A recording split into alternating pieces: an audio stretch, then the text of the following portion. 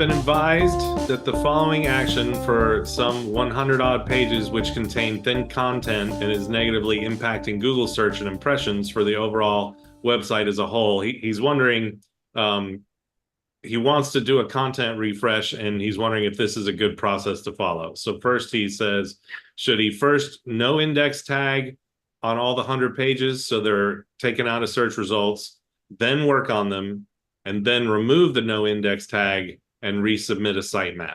Is that the best plan to go through the content? That's an excellent plan to do that. So again, just to be clear, so he's got 100 pages that have thin content, or maybe like a paragraph or two, right? Really designed for SEO as opposed to the users. So what's happening? It's not helping users. Google's saying, you don't really have a lot of content here. We're not going to really maybe even index it because there's not really anything of value here. So if he does want to kind of enhance those, the meta no index, the robots meta tag, no index, no follow. You can leave the follow part, but no indexer, right? You can also go into Google Search Console, and after you've done that, you can tell Google Search Console to remove that from their index, so it no longer shows in their index until you're ready for it. So put it there. Then update that content, right? Make your content better, increase it, improve it, add images, add videos, add, bullet points, internal links, put your good titles, all the good SEO stuff that we talk about in our membership, in the on-site optimization stuff. Do that. And then when you're ready for it, you just take that robot site meta tag off, and you don't need to resubmit your sitemap. Most of us are probably, most of the folks are probably using WordPress or some other CMS. The XML sitemap will automatically update itself. But you want to go ahead, you could go back to Search Console, and within the Search Console, you can, here, let me pull it open. I'll share my screen in a second. Let me just get onto one of my pages here. There we go. So you could, let me share my screen. Here, let me put on my site here. I'll just pick the calendar for argument's sake.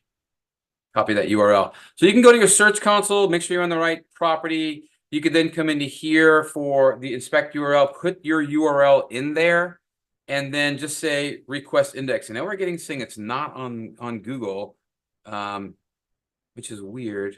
This is referring page there. So if you see something like this, right, we can go to test the live URL.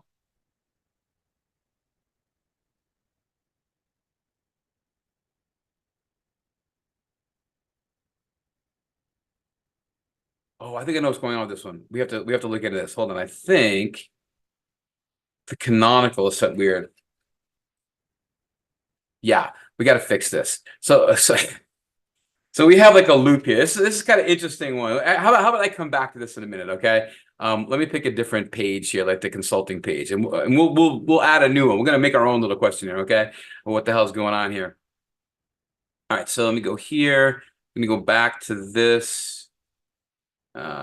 Open link in new tab. No, I'm gonna duplicate that. Okay, I'm gonna put in this URL, the consulting page URL. There we go. You see it's on you can, if you're doing this, so let's go back to the question. So he no indexed the page that with thin content. He then again in here you can also go into settings. No, I'm sorry. It is in removals. I'm sorry. They always change this. Removals. So this is where you can go in and you can say, okay, get rid of this page from your index. It's a temporary removal, and that's why the no index tag will help permanently remove it. Once it's removed, though, if I go back to where we were,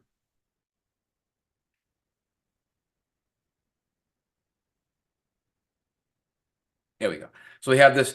You can put the page in, and you can hit request indexing, and that will basically instruct Google's spiders to come back to the page that you've cleaned up and remove the no index tag, and it'll come back and test it. You don't need to submit the sitemap. Sitemap's going to be, if it's already submitted, it's there. You don't need to resubmit it. They're going to check it regularly anyway. But if you want that particular page that you've made better, just come in here, put it into the URL, and hit request indexing. Okay.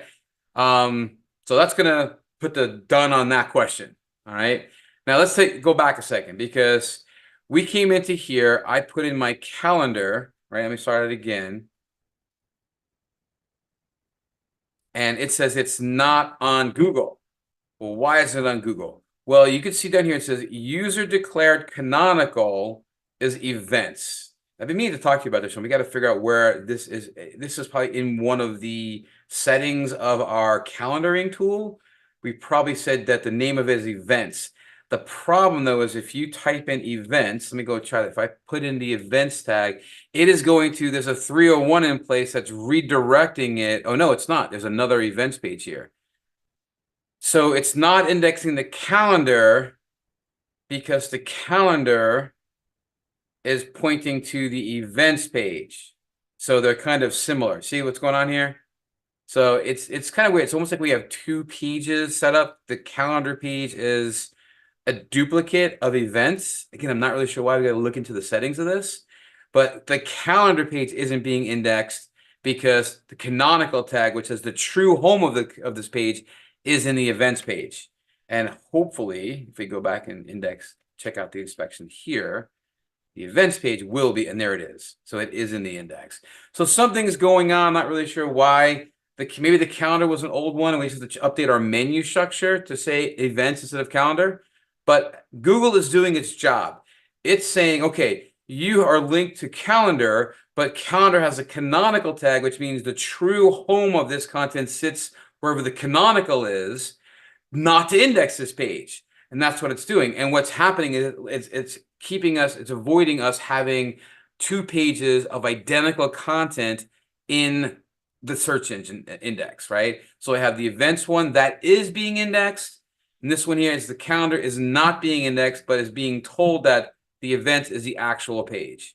So we've got to just kind of look at it and see what we can do about tweaking it a little bit, kind of fix it up, make sure that, the different calendar plugins that we've got in there aren't kind of conflicting somehow or doing something weird. But kind of an interesting thing that came up there. But that's a canonical tag can make a big difference on whether something's indexed or not. And also shows us that when we go look at those things in Google, if I go back where we were a sec, right, it'll tell you information in here that can help you diagnose why this isn't showing. So this isn't showing, even if I hit request indexing, it's not going to index it because it says I've declared the true home of calendar to be events. So I'm not going to index calendar because you've told me not to. You've told me that the true home is at the events page. I'll index that one. And then we saw that is in the index and it is working.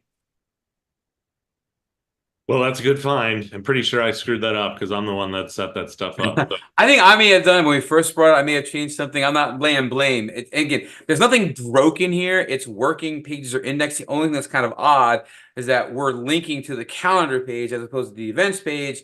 And that may be causing some kind of, maybe diminishing us somehow in a sense. But it shouldn't be a major problem because it's only indexing one of those pages, which is what we want. So in essence, Canonical's working. It's just where do we want to send them?